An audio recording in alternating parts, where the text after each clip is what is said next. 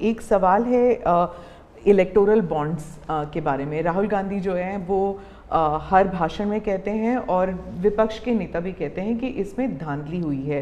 आपकी पार्टी के लोग भी कहते हैं कि अगर गलती है, अगर इसमें कोई गुंजाइश है इसके सुधार में तो वो कर सकते हैं।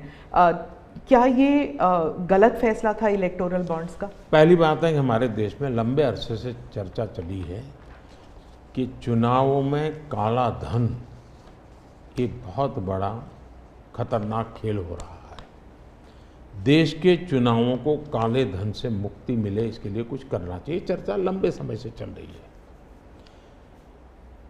चुनाव में खर्च तो होता ही होता है, कोई इनकार नहीं कर सकता है। मेरी पार्टी भी करती है, सब पार्टियां करती है, कैंडिडेट भी करते हैं और पैसे लोगों से लेने पड़ते हैं, सब पार्टियां लेती हैं। मैं चाहता था कि हम कुछ कोशिश करें कि इस काले धन से हमारे चुनाव को कैसे मुक्ति मिले, ट्रांसपेरेंसी कैसे आए। एक प्रामाणिक पवित्र विचार मेरे मन में था। रास्ते खोज रहे थे, एक छोटा सा रास्ता मिला, वही पूर्ण है। वैसे हमने उस समय भी क्लेम नहीं किया था, पार्लियामेंट में डिबेट में सबने उसको सराहा भी था। आज जो लोग उलट पुलट बोल रहे हैं उन्होंने सराहा था, पार्लियामेंट डिबेट देख लीजिए। हमने कैसे कैसे काम किया, जैसे 1000 और 2000 के नोट खत्म कर दिए। चुनाव में वही बड़े बड़ी मात्रा में ट्रैवलिंग करते हैं, क्यों कि ये काला धन खत्म हो। हमने सुप्रीम कोर्ट ने कहा था कि 20,000 रुपये तक पॉलिटिकल पार्टियां कैश ले सकती हैं। मैंने कानून बनाकर, नियम बना करके 20,000 को 2,500 कर दिया। क्यों? क्योंकि मैं नहीं चाहता था कि ये कैश वाला कारोबार चले। फिर मैंने कहा है कि इलेक्टोरल बॉन्ड, कि जो पार्टी अपना सीक्रेसी मेंटेन करना चाहती है। होता था क्या, जैसे हम पहले बीजेपी में चेक से पैसा लेंगे तय किया, तो सब व्यापारी लोग हमें आकर के कहें साहब हम चेक से दे ही नहीं सकते। हमने कहा क्यों नहीं दे सकते? बोले हम चेक से देंगे तो हमें लिखना पड़ेगा, हम लिखेंगे तो जो सरकार है वो देखेगी कि ये विपक्ष को इतना पैसा दिया, तो हमें तो वो परेशान करेंगे। तो बोले हम तो पैसे देने के लिए तैयार है लेकिन चेक से नहीं देंगे। तो मुझे याद है हमारे 90 के दशक में जो चुनाव में हमको बड़ी दिक्कत आई थी, पैसे नहीं थे हमारे पास और हम नियम लगा के बैठे थे कि हम चेक से लेंगे। देने वाले देने को तैयार थे, चेक से देने की उनकी हिम्मत नहीं थी। तो ये सारी चीज़ों का मुझे पता था। तो मैंने कहा भाई, तो हमने कहा भाई ऐसा है, अब देखिए इलेक्टोरल बॉन्ड न होते तो किस व्यवस्था में ताकत है वो ढूंढ के निकालते कि पैसा कहाँ से आया और कहाँ गया।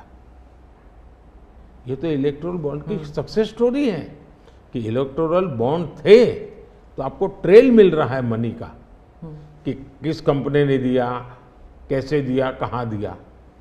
अब उसमें अच्छा हुआ बुरा हुआ वो विवाद का विषय हो सकता है, इसकी चर्चा हो।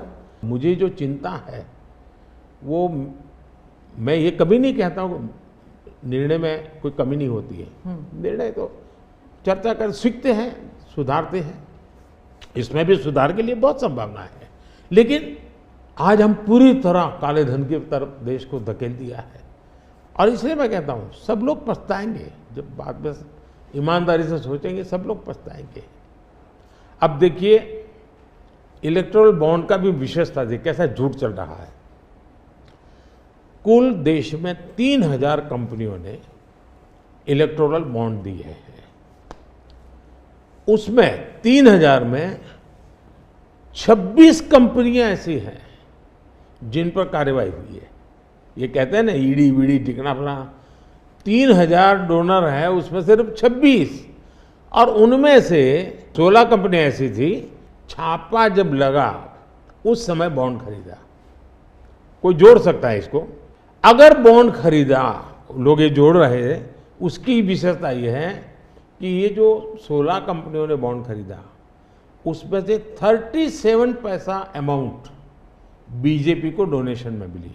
37, 63% बीजेपी के विरोधी पार्टियों को मिली। अगर पूरे जोड़े जाएं तो। हाँ, मैं ये 16 कंपनी जिसका ईडी सीबीआई कोई न कोई उस समय एक्शन भी हुआ और बॉन्ड भी निकला।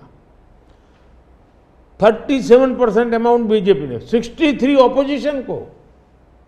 क्या ईडी रेड करे और ऑपोजिशन को डोनेशन देने का कार्यक्रम वर्क करे? क्या बीजेपी ऐसा करेगी? इसका मतलब कि 63% पैसा विपक्ष के पास जाए और आप आरोप हम पर लगाएं, लेकिन उनको गोलमोल बोलना है और भाग जाना है।